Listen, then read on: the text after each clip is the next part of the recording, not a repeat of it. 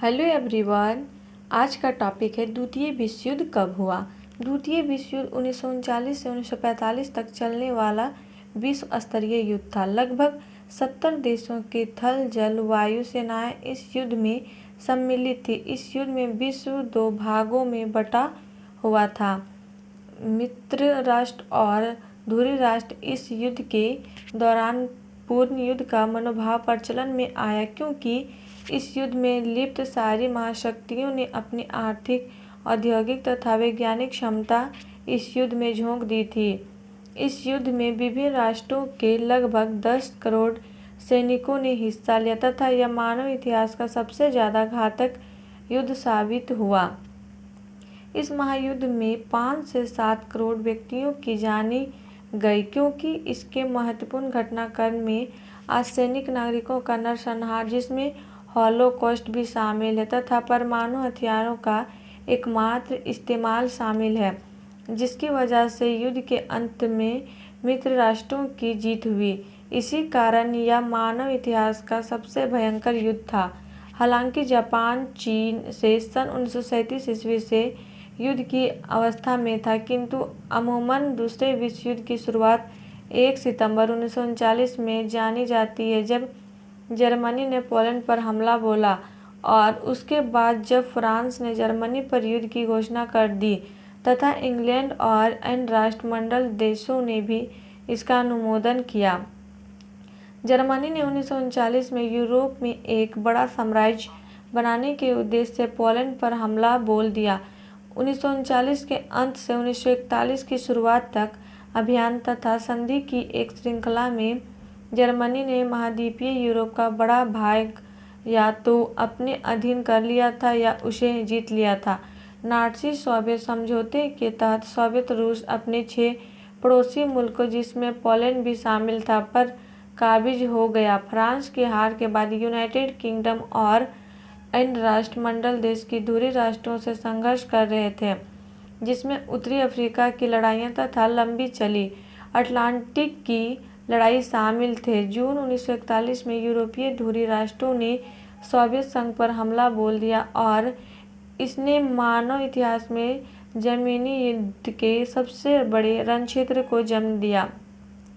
दिसंबर 1941 को जापानी साम्राज्य भी धुरी राष्ट्रों की तरफ से इस युद्ध में कूद गया। दरअसल जापान का उद्देश्य पूर्वी एशिया तथा इंडो चाइना में अपना प्रभुत्व स्थापित करना का था।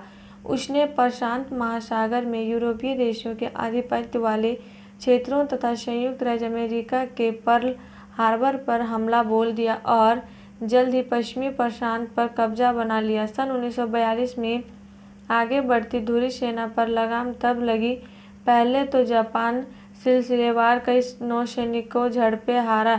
यूरोपीय धुरी ताकतें उत्तरी अफ्रीका में हारी और निर्णायक मोड़ तब आया जब उनको स्तालिनग्राड में हार का मुंह देखना पड़ा। सन 1943 में जर्मनी पूर्वी यूरोप में कई झड़प हारा। इटली में मित्र राष्ट्रों ने आक्रमण बोल दिया तथा अमेरिका ने प्रशांत महासागर में जीत दर्ज करनी शुरू कर दी, जिसके कारण वह धुरी राष्ट्रों को सारे मोर्चों पर सामरिक दृष्टि से पीछे हटने की रणनीति अपनाने को मजबूर होना पड़ा। सन 1944 में जहां एक और पश्चिमी मित्र देशों ने जर्मनी द्वारा कब्जा किए हुए फ्रांस पर आक्रमण किया, वहीं दूसरी ओर से सोवियत संघ ने अपनी खोई हुई जमीन वापस छीनने के बाद जर्मनी तथा उसके सहयोगी राष्ट्रों पर हमला बोल दिया। सन 1945 के अप्रैल-मई में सोवियत और पोलैंड की सेनाओं ने बर्लिन पर कब्जा कर लिया और यूरोप में दूसरे विश्व युद्ध का अंत 8 मई 1945 को तब हुआ जब जर्मनी ने बिना शर्त आत्मसमर्पण कर दिया। सन 1944 और 1945 के दौरान अमेरिका ने कई जगहों पर जापानी नौसेना को शिकस्त दी और पश्चिमी प्रशांत के कई द्वीपों में अपना कब्जा बना लिया। जब जापानी द्वीप समूह पर आक्रमण करने का समय करीब आया तो अमेरिका ने पान में 2 परमाणु बम गिरा दिए। 15 अगस्त 1945 को एशिया में भी दूसरा विश्व युद्ध समाप्त हो गया, जब जापानी साम्राज्य ने आत्मसमर्पण करना स्वीकार कर लिया।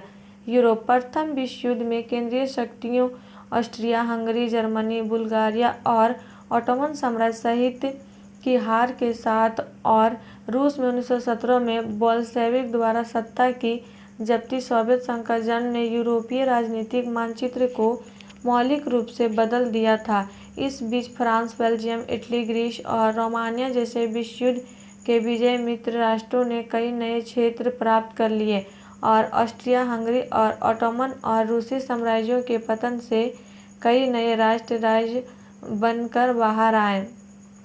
कई यूरोपीय देशों में जातीयता और क्रांतिवादी राष्ट्रवाद पैदा हुआ। इन भावनाओं को विशेष रूप से जर्मनी में ज़्यादा प्रभाव पड़ा क्योंकि वर्साई की संधि के कारण इसे कई महत्वपूर्ण क्षेत्र और औपनिवेशिक खोना और वित्तीय नुकसान झेलना पड़ा था। संधि के तहत जर्मनी को अपने घरेलू क्षेत्र का 13% सहित कब्जे की हुई बहुत सारी जमीन छोड़नी पड़ी। वहीं उसे किसी दूसरे देश पर आक्रमण नहीं करने की शर्त माननी पड़ी, अपनी सेना को सीमित करना पड़ा और उसको पहले विश्व युद्ध में हुए नुकसान की भरपाई के रूप में दूसरे देशों को भुगतान करना पड़ा। 1918 से 1919 की जर्मन क्रांति में जर्मन साम्राज्य का पतन हो गया और एक लोकतांत्रिक सरकार, जिसे बाद में वाइमर गणराज्य नाम दिया गया, इस बीच की अवधि नए गणराज्य के समर्थकों और दक्षिण और वामपंथियों के बीच संघर्ष होता रहा। इटली को समझौते के तहत युद्ध के बाद कुछ क्षेत्रीय लाभ प्राप्त तो हुआ, लेकिन इतालवी राष्ट्रवादियों को लगता था कि ब्रिटेन और फ्रांस ने शांति समझौते में किए गए वादों को पूरा नहीं किया, जिसके कारण उनमें रोष था। 1922 से 1925 तक बेनिटो मुसोलिनी की अगुवाई वाली फासिस्ट आंदोलन ने इस बात का फायदा उठाया और एक राष्ट्रवादी भावना के साथ इटली की सत्ता में कब्जा जमा लिया। इसके बाद वहां अधिनायकवादी और वर्ग सहयोगात्मक कार्यप्रणाली अपनाई गई, जिससे वहां की प्रतिनिधि लोकतंत्र खत्म हो गई। इसके साथ ही समाजवादियों, वामपंथियों और उदारवादी ताकतों के दमन और इटली को एक विश्व शक्ति बनाने के उद्देश्य से एक आक्रामक विस्तारवादी विदेशी नीति का पालन के साथ एक नए रोमन साम्राज्य के निर्माण का वादा किया गया।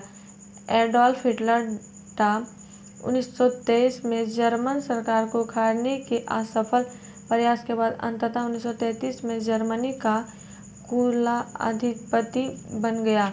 उसने लोकतंत्र को खत्म कर और वहां एक कट्टरपंथी नस्लीय प्रेरित आंदोलन का समर्थन किया और तुरंत ही उसने जर्मनी को वापस एक शक्तिशाली सैन्य ताकत के रूप में प्रदर्शित करना शुरू कर दिया। यह वह समय था जब राजनीतिक वैज्ञानिकों ने यह अनुमान लगाया कि एक दूसरा महान युद्ध हो सकता है। इस बीच फ्रांस अपने गठबंधन को सुरक्षित करने के लिए इथियोपिया, इटली के औपनिवेशिक कब्जे पर कोई प्रतिक्रिया नहीं की। जर्मनी ने इस आक्रमण को वैध माना, जिसके कारण इटली ने जर्मनी को ऑस्ट्रिया पर कब्जा करने में मंशा को हरी झंडी दे दी। उसी साल स्पेन में गृह युद्ध चालू हुआ तो जर्मनी और इटली ने वहां की राष्ट्रवादी ताकत का समर्थन किया, जो सोवियत संघ की सहायता वाले अपने स्पेनिश गणराज्य के खिलाफ थी। नए हथियारों के परीक्षण के बीच में राष्ट्रवादी ताकतों ने 1939 में युद्ध जीत लिया। स्थिति 1935 की शुरुआत में बढ़ गई जब सार बेसिन के क्षेत्र को जर्मनी ने कानूनी रूप से अपने में पुनः मिला लिया। इसके साथ ही हिटलर ने वर्साई की संधि को अस्वीकार कर अपने पुनः हथियारबंद होने के कार्यक्रम को चालू कर दिया और देश में अनिवार्य सैनिक सेवाएं आरंभ कर दी। जर्मनी को सीमित करने के लिए यूनाइटेड किंगडम, फ्रांस और इटली ने अप्रैल 1935 में स्ट्रेसा फ्रंट का गठन किया। हालांकि उसी साल जून में यूनाइटेड किंगडम ने जर्मनी के साथ एक स्वतंत्र नौसैनिक समझौता किया, जिसमें उस लगाए पूर्व प्रतिबंधों को खत्म कर दिया।